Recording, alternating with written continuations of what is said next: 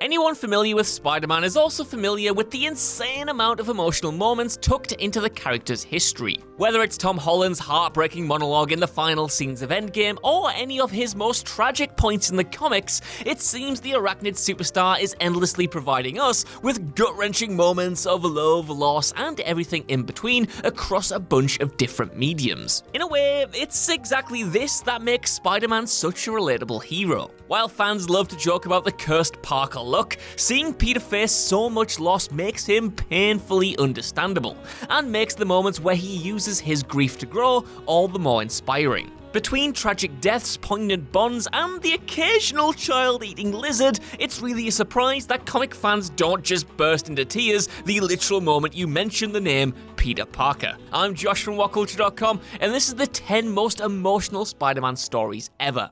Number 10, Shed. The Amazing Spider-Man 630. In terms of sad comics about big lizards, aka my favourite subgenre of comics, Shed is about the most emotionally charged they come, featuring a story that makes the otherwise simplified character of the lizard roughly 1 million times more tragic than the mini Godzilla lookalike has any right to be. The story revolves around Curt Connors attempting to control his animalistic side after ingesting reptile DNA, and his increasing inability to restrain himself. This peaks in a beautifully awful moment where the transformed lizard breaks into Connors' house, with the two minds warring against each other as Curt tries to protect his son and the lizard tries to eat him. After a battle of wills, Connors is defeated and is forced to watch as he eats his own son, who throws the reptilian dad one last punch, telling him, quote, "You're going to kill me, aren't you? I always knew it." In the final panels, we see Kurt's internal monologue be ripped to pieces as he breaks down, unable to deal with what he's just done. Number 9, My Dinner with Jonah. Peter Parker, the Spectacular Spider-Man, number 6.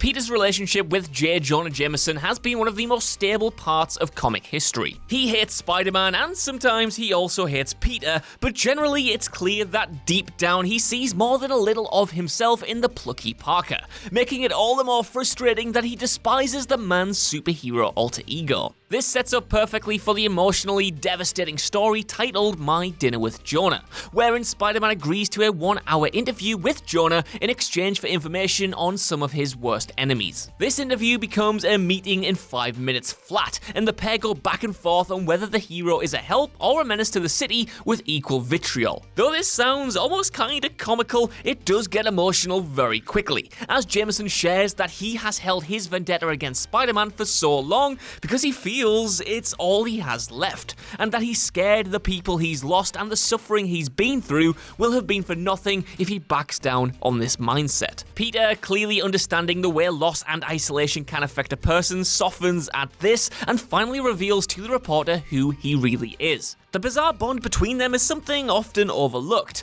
but in this one touching moment, its importance is more or less shouted from the rooftops. Number 8, The Death of Spider-Man, Ultimate Spider-Man number 160. Naturally, in any Spider-Man series, the death of the hero himself is going to hurt an absolute metric ton. Of all of Peter's tragic terminations, though, the most painful without a shadow of a doubt is the one that takes place in Ultimate Spider-Man number 160, where Parker passes away due to an all-out fight with Norman Osborn. While it's sad enough that Spidey dies in this universe in front of his aunt, his girlfriend, and his sort of sister sometimes, Gwen Stacy, the real kicker is the way Peter dies, namely that he does so with a smile on his face. Despite being beat into the concrete and hit by an exploding truck, Parker tells his aunt that it's all okay because he was able to save her, making up for the time he didn't save his Uncle Ben. And this one holds a special place in my heart because it was the story that got me into Spider-Man comics. I remember seeing the cover on the shelf, buying it, and being so emotionally affected, I had to go back and read every issue again,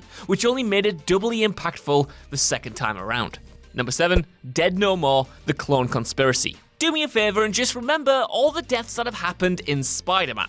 All the pain, all the misery of those permanent losses from the Marvel Universe. How much genuine pain you, the reader, felt every time a beloved face fell to death and disease. Well, the clone conspiracy literally features all of these characters coming back as clones, who then die tragically due to a failure of the cloning process. So you can relive all that sweet, sweet pain once more. While it's not quite as sad as losing these characters for the first time, the scale of which we see countless familiar faces die once more, all the while horrifically aware of what's happening to them, hits you in your feelings a little harder than you might expect. Number 6, the night Gwen Stacy died. The Amazing Spider-Man issue 121 to 122. As far as upsetting Spider-Man moments go, the night Gwen Stacy died will always hold a special spot in the Marvel comic universe. Partially because it was the first big death in Spider-Man since Uncle Ben's iconic demise, and partly because it comes so far out of left field, nobody could have possibly expected that Marvel were planning to kill her off before the story came out. It's a story that only feels all the sadder when you come back to it as well. Gwen Stacy's death is an integral part of Spider-Man's development because of just how raw his pain is throughout much of the time after her demise.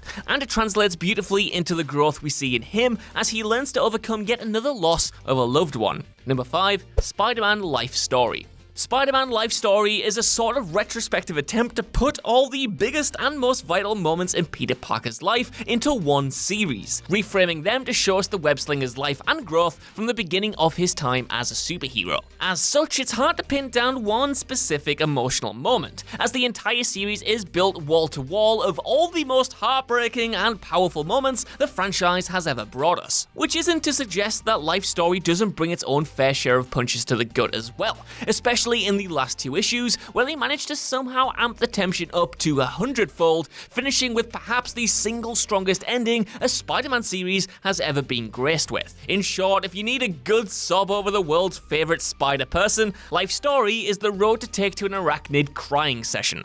Number 4, Dying Wish, Amazing Spider-Man issue 700. The storyline that saw Otto Octavius take over Spider-Man's body was always going to be an emotionally charged one. After all, we're talking about one of the old web-slinger's oldest enemies stealing his body and then wiping him out. While watching Peter Parker drag himself around in Otto's flailing body is upsetting enough, it's nothing in comparison to the peak of the story, which sees Peter willingly give all his memories to Doc Ock in order to inspire the villain the same way Peter's life motivated him to become the hero he was. At this point, there's no anger on Peter's part, no thoughts of revenge or fury, just the need to make sure that if he can't be Spider-Man, then whoever else is uses the role for good. It's perhaps the biggest statement about both Peter and the legacy of Spider-Man that has been managed for quite some time, and as such, it's hard to not get just a little bit choked up by all of it. Number 3, Leah, Friendly Neighborhood Spider-Man Annual 1. The saddest conceivable story that could possibly have been conveyed in a mere 6 pages,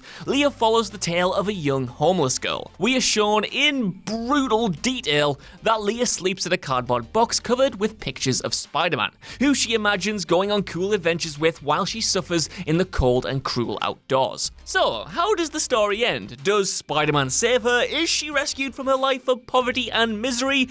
Well, actually, she sort of dies at the end, making all the previous parts of the story even more tragic. Number 2, the death of Harry Osborn, The Spectacular Spider-Man issue 200. Should you ever need to do the strange task of making a huge fan of Spider-Man cry, reminding them of the death of Harry Osborn's storyline is one of the best ways to get them sobbing as fast as possible. Not sure why you'd want to do that, but no kink shaming here. The story takes place after Harry becomes the Green Goblin and covers what, at the time, appeared to be the pair's final battle, in which the long-suffering Osborn heir finally came back to his senses just in time to save Spider-Man from being killed. Seeing Harry spend his final moments telling Peter that he was sorry and still considered him his best friend, even after all that had happened between them, is a surefire one-way ticket to Feelings Town. Number 1, The Kid Who Collects Spider-Man, Amazing Spider-Man issue 248. Most people who came across the Kid Who Collects Spider-Man storyline likely weren't expecting it to both break and warm their hearts at the same time.